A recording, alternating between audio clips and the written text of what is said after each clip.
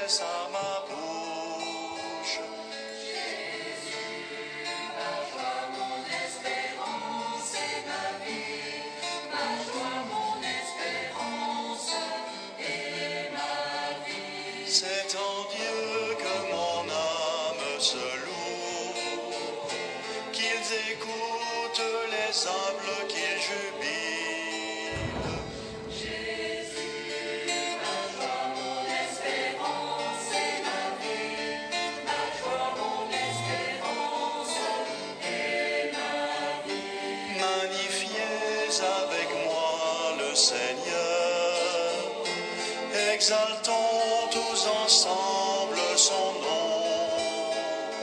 Jésus, ma joie, mon espérance et ma vie, ma joie, mon espérance et ma vie.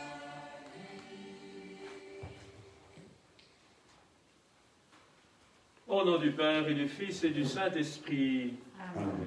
La grâce de Jésus notre Seigneur, l'amour de Dieu notre Père et la communion de l'Esprit Saint soient toujours avec vous. Et avec votre esprit. Comme il nous est bon, frères et sœurs, de nous réunir dans ce temps de Noël, tout encore empreint de la joie de la Nativité.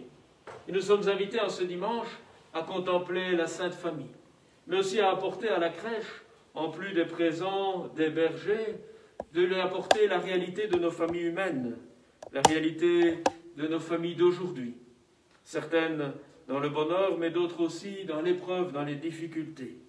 Que le Seigneur les accueille, les porte et les aide à affronter le quotidien. Au début de cette célébration, tenons-nous en vérité devant le Seigneur, présentons-lui notre cœur tel qu'il est et accueillons sa miséricorde.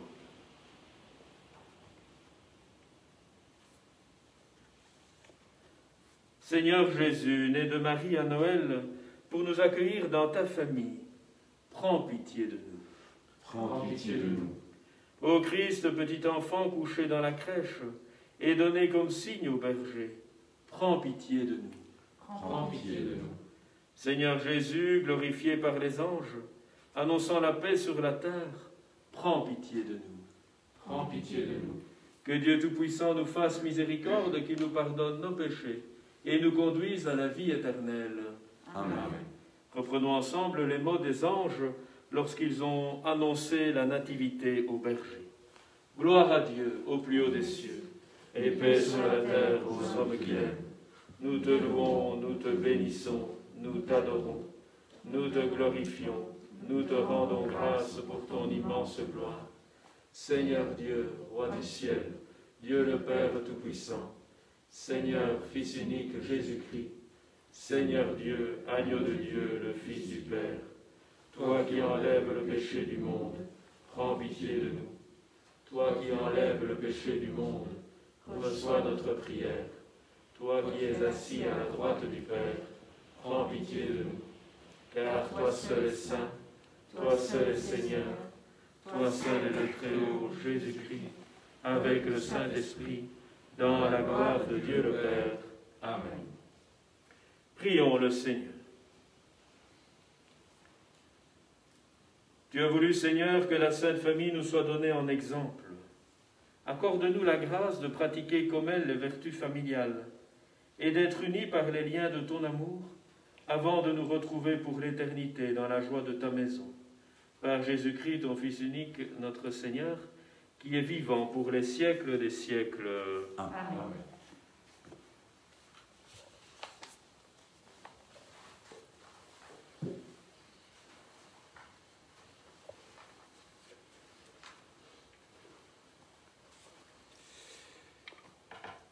Lecture du livre de la Genèse. En ces jours-là, la parole du Seigneur fut adressée à Abraham dans une vision. « Ne crains pas, Abraham, je suis un bouclier pour toi.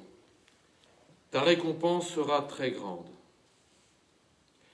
Abraham répondit, « Mon Seigneur Dieu, que pourrais-tu donc me donner? Je m'en vais sans enfant. Et l'héritier de ma maison, c'est Elsévir de Damas. » Abraham dit encore, « Tu ne m'as pas donné de descendance, et c'est un de mes serviteurs qui sera mon héritier. » Alors cette parole du Seigneur fut adressée à Abraham.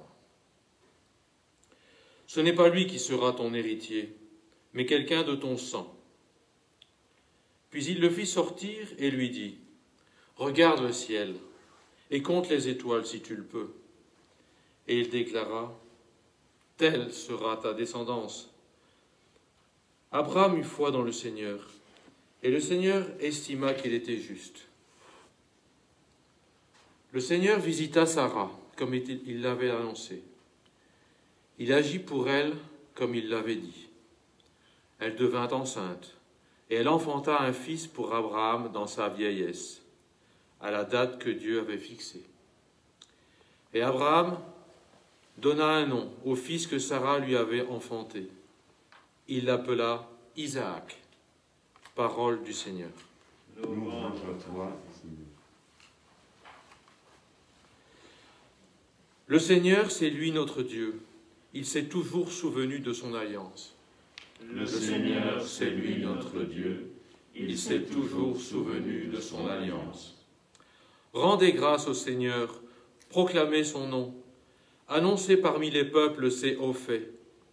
Chantez et jouez pour lui, redites sans fin ses merveilles. Le Seigneur, c'est lui notre Dieu, il s'est toujours souvenu de son alliance. Glorifiez-vous de son nom très saint, joie pour les cœurs qui cherchent Dieu. Cherchez le Seigneur et sa puissance, recherchez sans trêve sa face. Le Seigneur, c'est lui notre Dieu, il s'est toujours souvenu de son alliance. Souvenez-vous des merveilles qu'il a faites, de ses prodiges, des jugements qu'il prononça. Vous, la race d'Abraham, son serviteur, les fils de Jacob, qu'il a choisis. Le Seigneur, c'est lui notre Dieu, il s'est toujours souvenu de son alliance. Il s'est toujours souvenu de son alliance. Parole édictée pour 1000 générations. Promesse faite à Abraham, garantie par serment à Isaac. Le Seigneur, c'est lui notre Dieu, il s'est toujours souvenu de son alliance.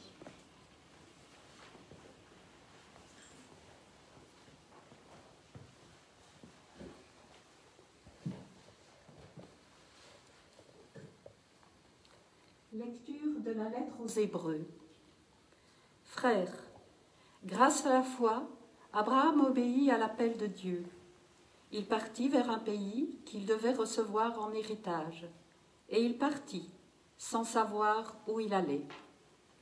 Grâce à la foi, Sarah, elle aussi, malgré son âge, fut rendue capable d'être à l'origine d'une descendance, parce qu'elle pensait que Dieu est fidèle à ses promesses.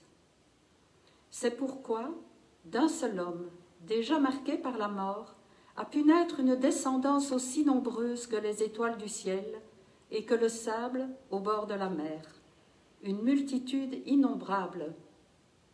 Grâce à la foi, quand il fut soumis à l'épreuve, Abraham offrit Isaac en sacrifice, et il offrait le fils unique, alors qu'il avait reçu les promesses et entendu cette parole, « C'est par Isaac qu'une descendance portera ton nom. » Il pensait en effet que Dieu est capable même de ressusciter les morts. C'est pourquoi son fils lui fut rendu. Il y a là une préfiguration. Parole du Seigneur. Nous rendons grâce à Dieu. Alléluia, Alléluia, Alléluia, Alléluia, Alléluia, Alléluia, Alléluia.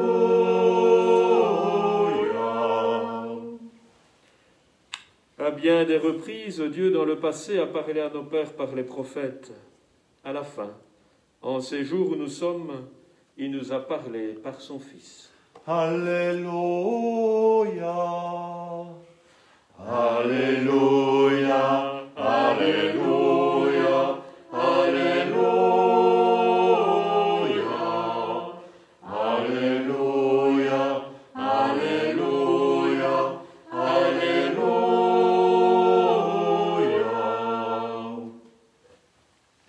Le Seigneur soit avec vous. Et avec votre esprit. Évangile de Jésus-Christ selon saint Luc. À toi, Seigneur. Quand fut accompli le temps prescrit par la loi de Moïse pour la purification, les parents de Jésus l'amenèrent à Jérusalem pour le présenter au Seigneur, selon ce qui est écrit dans la loi. Tout premier-né de sexe masculin sera consacré au Seigneur. Il venait aussi offrir le sacrifice prescrit par la loi du Seigneur, un couple de tourterelles ou 2 petites colombes. Or, il y avait à Jérusalem un homme appelé Siméon. C'était un homme juste et religieux qui attendait la consolation d'Israël, et l'Esprit Saint était sur lui. Il avait reçu de l'Esprit Saint l'annonce qu'il ne verrait pas la mort avant d'avoir vu le Christ, le Messie du Seigneur. Sous l'action de l'Esprit, Siméon vint au temple.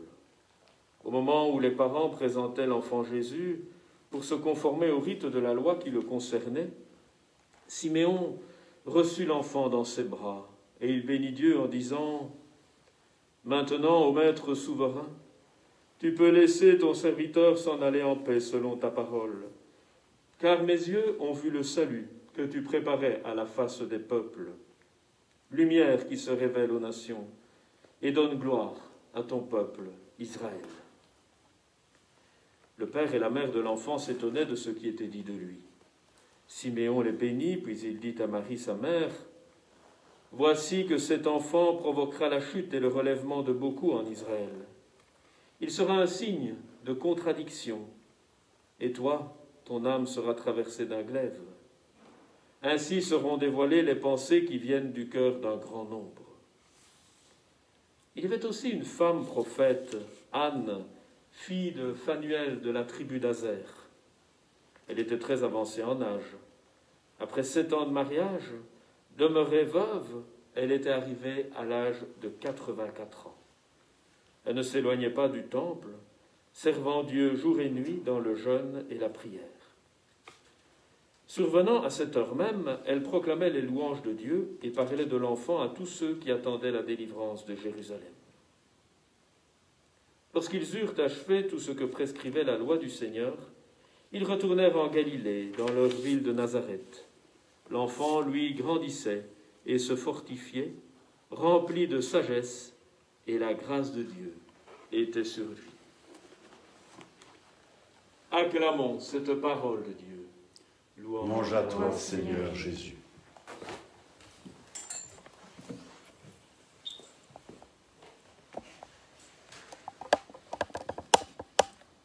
Les modèles familiaux varient selon les cultures et selon les époques. Aujourd'hui, nous avons le sentiment que la relation de base de la famille étant un couple fondé sur l'amour. Mais cela est finalement récent au regard de l'histoire et assez occidental. Dans de nombreuses régions du monde, l'union de l'homme et de la femme est un contrat, davantage motivé par l'économie ou en tout cas réglé par des familles. Ce n'est pas d'abord une relation d'amour.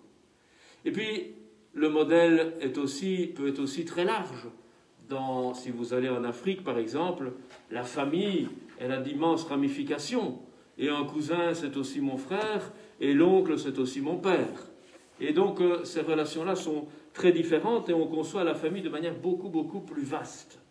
Et c'est d'ailleurs au XXe siècle qu'en Occident, la famille s'est un peu réduite sur le noyau, la famille nucléaire, comme on dit, composée des parents et des enfants. Et puis, avec la deuxième moitié du XXe siècle et l'éclatement du modèle familial traditionnel, les familles ont pris des physionomies extrêmement différentes, avec bien sûr des séparations, des recompositions, etc., des familles monoparentales. On a une grande diversité de modèles familiaux. Et aujourd'hui, c'est la Sainte Famille que nous célébrons, occasion privilégiée de prier pour nos familles, mais aussi de contempler la famille de Nazareth, que nous aurions tort de croire être un modèle parfait au sens dont on pouvait l'entendre à l'époque. Souvenons-nous quand même, si Marie est enceinte, ce n'est pas par l'intervention de Joseph. Et si Joseph avait voulu être cohérent avec la loi de son peuple, il aurait dû la dénoncer publiquement et accepter qu'elle soit lapidée. Pour garder Marie auprès de lui, il a dû en quelque sorte transgresser. Et comment se passe le début de cette vie familiale, sinon jeté sur les routes de l'exil vers l'Égypte, etc. Donc on sent qu'on est là dans une situation qui rejoint beaucoup de situations familiales d'aujourd'hui. Et le texte qui nous est proposé à notre méditation est celui de la présentation de Jésus au temple. Alors c'est peut-être intéressant de nous rappeler quelle est la fonction du temple dans le peuple d'Israël. Elle est capitale. Le temple, il a succédé à la tente de la rencontre. La tente de la rencontre, c'était le lieu où étaient conservées les tables de la loi reçues par Moïse sur le mont Horeb. Et cette tente a accompagné la pérégrination du peuple jusqu'en terre promise. Elle était le signe de la présence de Dieu à son peuple. Le temple a donc une fonction très importante au niveau symbolique et religieux dans le peuple d'Israël. Il est signe de la fidélité de Dieu à son peuple. Ce n'est pas pour rien que le temple sera détruit en 70 par les Romains pour essayer de casser l'identité du peuple. Ce qui faisait l'identité du peuple d'Israël, c'était d'être un seul peuple, uni par une seule loi et avec un temple. Un temple qui avait des fonctions multiples, bien plus larges que religieuses. C'était un lieu économique important. C'était le plus grand abattoir de Jérusalem. Et de surcroît, on y avait un commerce. Les textes nous le rapporteront lorsque Jésus chassera les marchands du temple. C'était aussi un lieu de pouvoir, non seulement religieux, mais aussi politique. Le Sanhédrin, qui siégeait au temple, cumulait ses fonctions. Et puis le temple conservait dans le Saint des Saints les tables de la loi, et donc était le lieu vraiment par excellence de la présence de Dieu à son peuple. Ce jour-là, deux personnes très pieuses interviennent. On ne parlera qu'une fois d'elles dans l'Évangile. Elles interviennent et elles viennent vers Jésus. Et étonnamment, leur regard n'est plus du tout tourné vers le Saint des Saints. Pourtant, elles étaient fidèles au temple, qu'elles reconnaissaient comme le lieu de la présence de Dieu à son peuple, mais désormais elles n'ont plus Dieu que pour le petit enfant qui est apporté là. Insignifiant, dont elles ne connaissent pas l'histoire, et pourtant, parce qu'animées par l'esprit, elles reconnaissent en cet enfant quelque chose d'exceptionnel. Désormais, la présence de Dieu à l'humanité ne se joue pas autour d'un temple ou d'un saint des saints quelconque. Désormais, c'est en lui que réside ce signe magnifique de la fidélité de Dieu à son peuple. C'est dans le Christ que Dieu est pleinement présent à l'humanité. Et en faisant cela, c'est comme s'il faisait éclater toutes les notions de famille au sens restreint. Car s'il donne toute sa dignité à la famille humaine, il nous fait aussi mesurer que nous sommes tous membres d'une même et unique famille. Lorsque Siméon proclame son cantique, il dit que c'est pour toutes les nations, pas seulement pour le peuple d'Israël. C'est pour toutes les nations qu'il est désormais présence de Dieu. Toute frontière tombe, et c'est l'humanité qui est amenée à découvrir qu'elle constitue une seule et même famille. Et c'est là un sacré retournement qui nous invite aussi à envisager d'une manière spécifique nos relations interpersonnelles. Nous avons à adopter des relations authentiquement fraternelles. Alors, Soyons conscients de cela et tournons-nous vers cet enfant qui contient en lui tout l'espoir et toute la foi d'Abraham et qui fait que, grâce à cet enfant, Abraham a effectivement une multitude de descendance puisque toute l'humanité est désormais membre de la famille de Dieu. Rien moins que cela.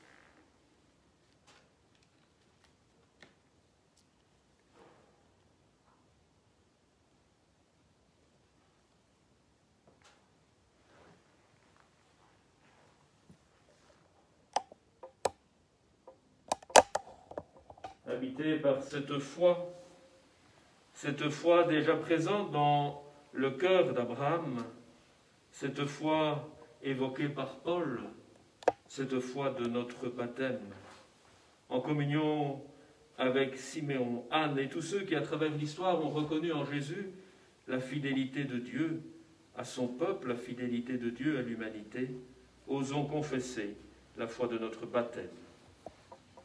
Je crois en Dieu, le Père Tout-Puissant, Créateur du ciel et de la terre, et en Jésus-Christ, son Fils unique, notre Seigneur, qui était conçu du Saint-Esprit, est né de la Vierge Marie, a souffert sous Ponce Pilate, a été crucifié, est mort et a été enseveli, est descendu aux enfers, le troisième jour est ressuscité des morts, est monté aux cieux, est assis à la droite de Dieu le Père Tout-Puissant, d'où il viendra juger les vivants et les morts.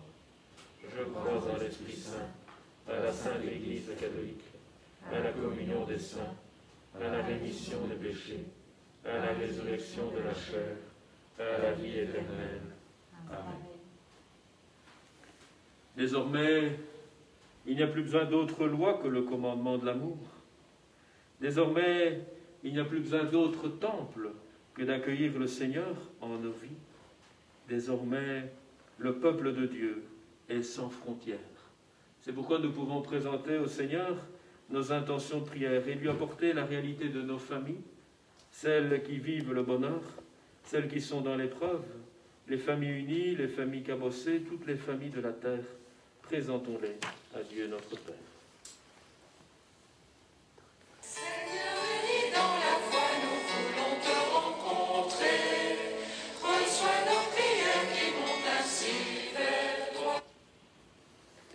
Pour toutes les familles de la terre, afin que le Seigneur Tout-Puissant les garde dans l'amour et la paix, prions le Seigneur.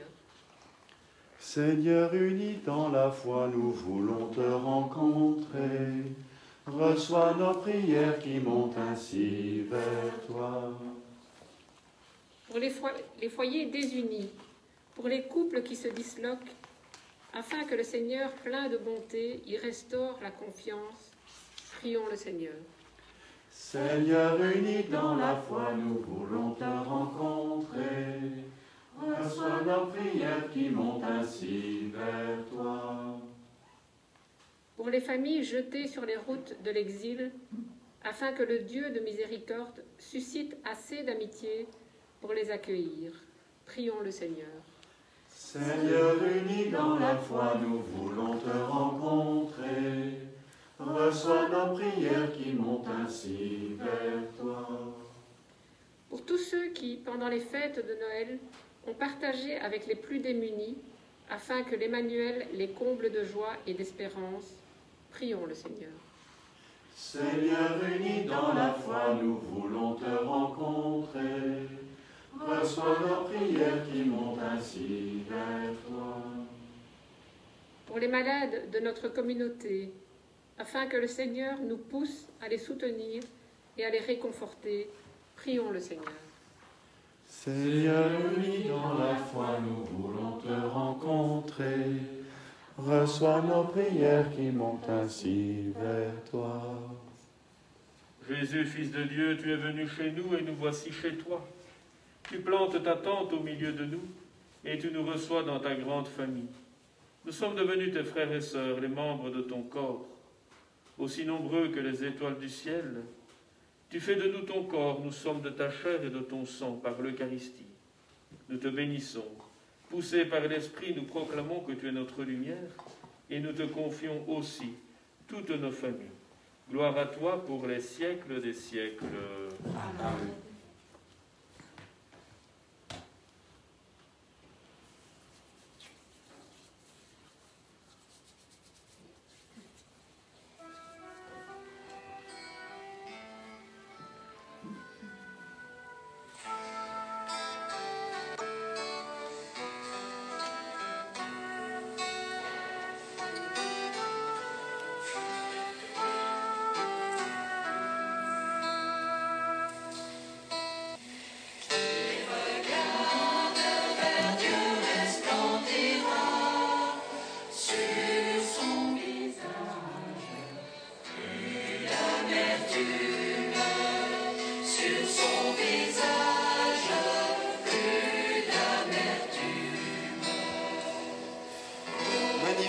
Avec moi le Seigneur, exaltons tous ensemble son nom. Je cherche le Seigneur, il me répond, et de toutes mes frayeurs me délivre. Qui regarde vers Dieu resplendira, sur son visage plus d'amertume, sur son visage plus d'amertume.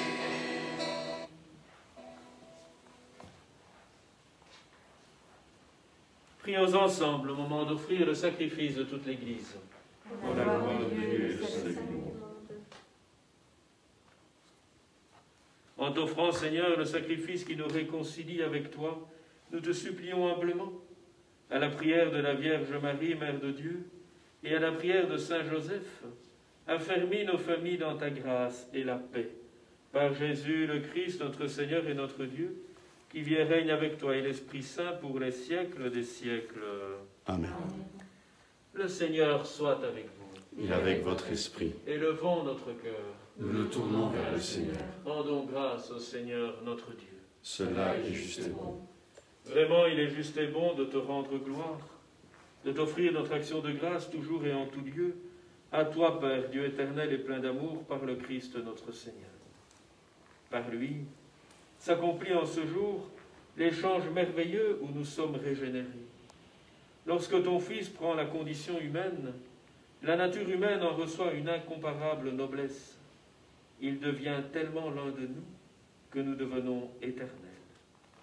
C'est pourquoi, avec les anges qui proclamaient ta gloire dans les cieux, pleins de joie, nous disons.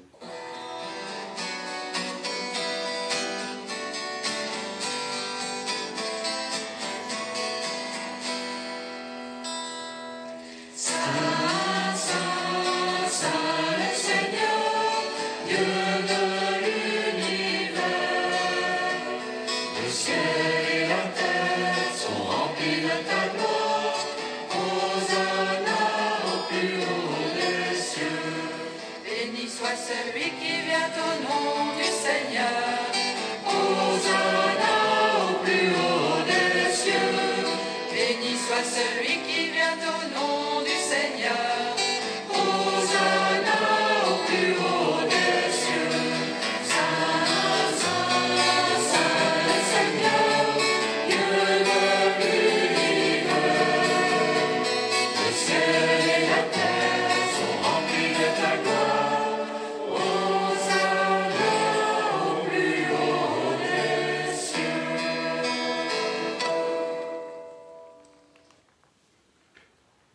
Toi qui es vraiment saint, toi qui es la source de toute sainteté, Seigneur, nous te prions. Sanctifie ces offrandes en répandant sur elles ton esprit. Qu'elles deviennent pour nous le corps et le sang de Jésus, le Christ notre Seigneur. Au moment d'être livré et d'entrer librement dans sa passion, il prit le pain, il rendit grâce, il le rompit et le donna à ses disciples en disant « Prenez et mangez-en tous. Ceci est mon corps, livré pour vous.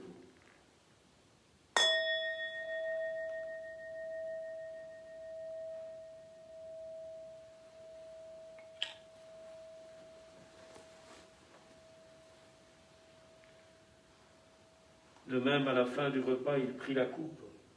De nouveau, il rendit grâce et la donna à ses disciples en disant « Prenez et buvez-en tous, car ceci est la coupe de mon sang, le sang de l'alliance nouvelle et éternelle, qui sera versé pour vous et pour la multitude en rémission des péchés.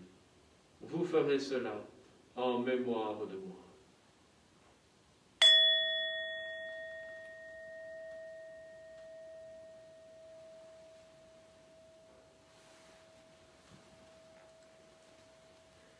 Il est grand, le mystère de la foi. Nous proclamons ta mort, Seigneur Jésus. Nous célébrons ta résurrection. Nous attendons ta venue dans la gloire. Faisant ici mémoire de la mort et de la résurrection de ton Fils, nous t'offrons, Seigneur, le pain de la vie et la coupe du salut. Et nous te rendons grâce, car tu nous as choisis pour servir en ta présence. Humblement, nous te demandons qu'en ayant part au corps et au sang du Christ, nous soyons rassemblés par l'Esprit Saint en un seul corps. Souviens-toi, Seigneur, de ton Église répandue à travers le monde. Fais-la grandir dans ton amour avec le pape François, notre évêque Pierre, tous les évêques, les prêtres, les diacres et tous ceux qui ont la charge de ton peuple. Souviens-toi aussi de nos frères et sœurs défunts. Ils se sont endormis dans l'espérance de la résurrection. Souviens-toi de tous ceux qui ont quitté cette vie. Reçois-les dans ta lumière, auprès de toi. Sur nous tous, enfin, nous implorons ta bonté. Permets qu'avec la Vierge Marie, la bienheureuse Mère de Dieu, Saint Joseph son époux, les apôtres, Saint Valentin et les saints de tous les temps qui ont vécu dans ton amitié, nous ayons part à la vie éternelle et que nous chantions ta louange par Jésus-Christ, ton Fils bien-aimé. Par lui, avec lui et en lui, à toi, Dieu le Père Tout-Puissant, dans l'unité du Saint-Esprit, tout honneur et toute gloire pour les siècles des siècles. Amen.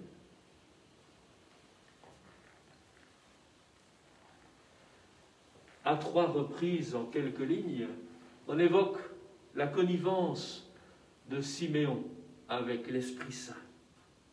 Nous aussi, depuis notre baptême et notre confirmation, nous sommes en connivence avec l'Esprit, et c'est lui qui agit en nos cœurs et qui fait surgir les mots de la prière. Ensemble, osons dire. Notre Père qui es aux cieux, que ton nom soit sanctifié, que ton règne vienne, que ta volonté soit faite sur la terre comme au ciel. Donne-nous aujourd'hui notre pain de ce jour. Pardonne-nous nos offenses, comme nous pardonnons aussi à ceux qui nous ont offensés. Et ne nous laisse pas entrer en tentation, mais délivre du mal. Oui, délivre-nous de tout mal, Seigneur. Donne la paix à notre monde. Donne la paix à nos familles. Qu'elles soient d'authentiques lieux où les plus jeunes puissent trouver le nécessaire pour grandir, s'épanouir, se structurer. Par ta miséricorde, libère-nous de tout ce qui divise, de tout ce qui nous éloigne de toi et de nos frères. Fortifie-nous devant les épreuves. En cette vie où nous espérons le bonheur que tu promets et l'avènement de Jésus-Christ, notre Sauveur. Car c'est à toi qu'appartiennent le règne, la puissance et la gloire, pour les siècles des siècles. Amen.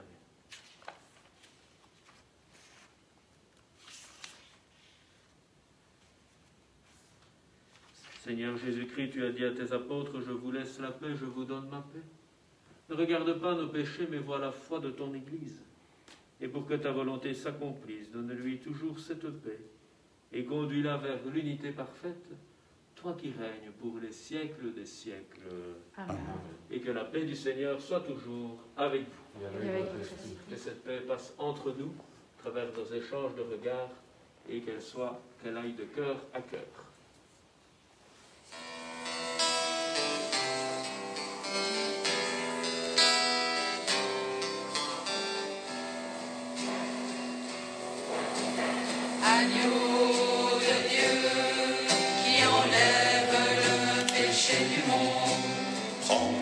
pitié de nous. Prends pitié de nous. Agneau de Dieu, qui enlève le péché du monde. Prends pitié de nous. Prends pitié de nous. Agneau de Dieu, qui enlève le péché du monde. Donne-nous la paix. Donne-nous la paix.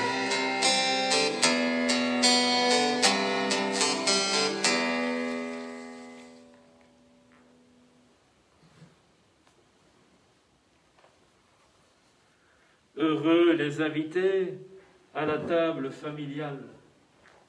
Voici celui qui signifie la présence de Dieu à son peuple. Il est lui-même le Verbe fait chair. Il est celui qui nous fait entrer dans la famille de Dieu. Voici l'agneau de Dieu, il ôte le péché du monde. Seigneur, je ne suis pas digne de te recevoir, mais dis seulement une parole et je serai guéri.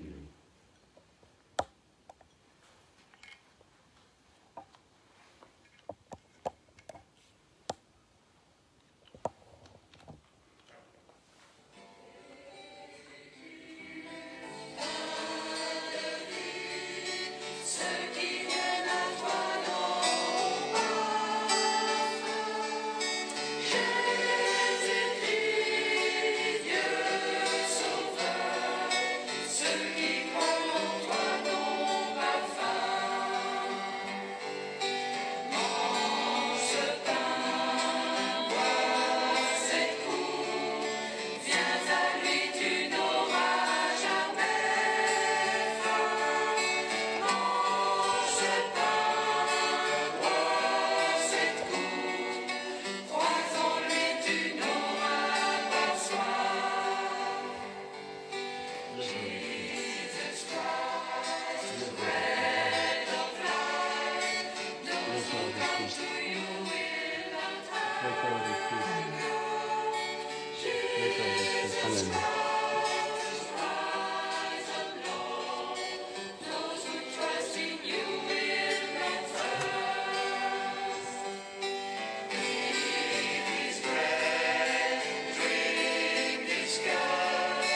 Come to him and never be hungry.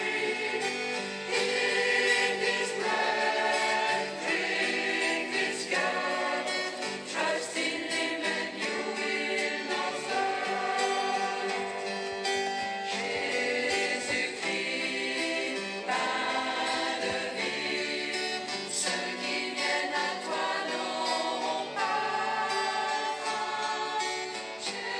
Jésus-Christ, Dieu sauveur, ceux qui croient en toi n'ont pas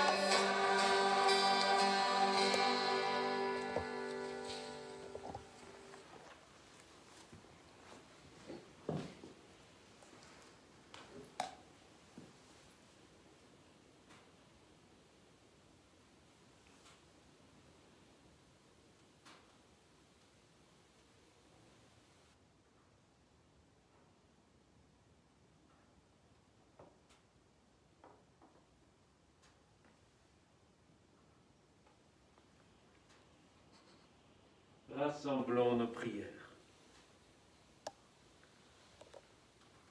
Toi qui nous as fortifiés par cette communion, accorde à nos familles, Père très aimant, la grâce d'imiter la famille de ton Fils et de goûter avec elle, après les difficultés de cette vie, le bonheur sans fin. Par Jésus le Christ, notre Seigneur et notre Dieu, qui vit et règne avec toi et l'Esprit Saint pour les siècles des siècles. Amen. Quelques petites annonces pour les chrétiens de la région d'Arlon. Le rallye des crèches continue, beaucoup en ont déjà entendu parler. Nous pouvons l'accomplir jusqu'au 3 janvier prochain. Nous trouvons toujours des folders de participation à l'Office du tourisme, au musée Gaspard, dans les boulangeries, les pharmacies et aux 2 églises principales d'Arlon. C'est une belle manière donc de vivre une aventure de découverte du patrimoine religieux dans l'esprit de Noël. Pour l'Épiphanie, un jeu familial est proposé dans l'église de Saint-Martin le week-end des 2 et 3 janvier. Il s'intitule « À la recherche du trésor des rois mages ». Il peut se faire quand on veut. Bon, il suffit de se rendre à l'église Saint-Martin et tout sera indiqué pour vivre ce bon moment en famille. Que vous souhaitez d'autre que d'avoir le cœur ouvert aux dimensions de toute l'humanité, puisque c'est là notre famille, c'est là la famille de Dieu. Finissez bien cette année et entrez dans l'autre de manière solennelle, le cœur plein d'espérance. Le Seigneur soit avec vous. Et avec votre esprit. Que Dieu Tout-Puissant vous bénisse et vous garde, le Père, le Fils et le Saint-Esprit. Allez dans la paix et la joie du Christ. Nous rendons grâce à Dieu.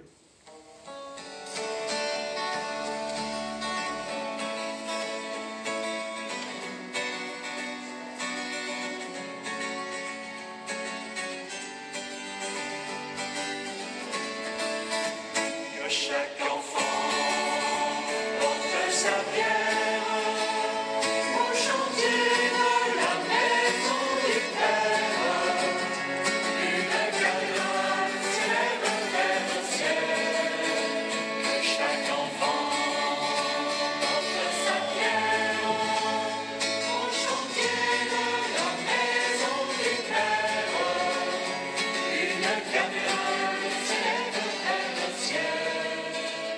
C'était notre dernière messe en direct Facebook de l'année 2020. L'année s'achève ainsi. Nous nous retrouverons dès l'année prochaine pour un nouveau direct Facebook, tant que le confinement nous l'imposera. Passez de bonnes fêtes de fin d'année et surtout à tous et à toutes une bonne année 2021. Des simples gens, qu'il vient s'asseoir naturellement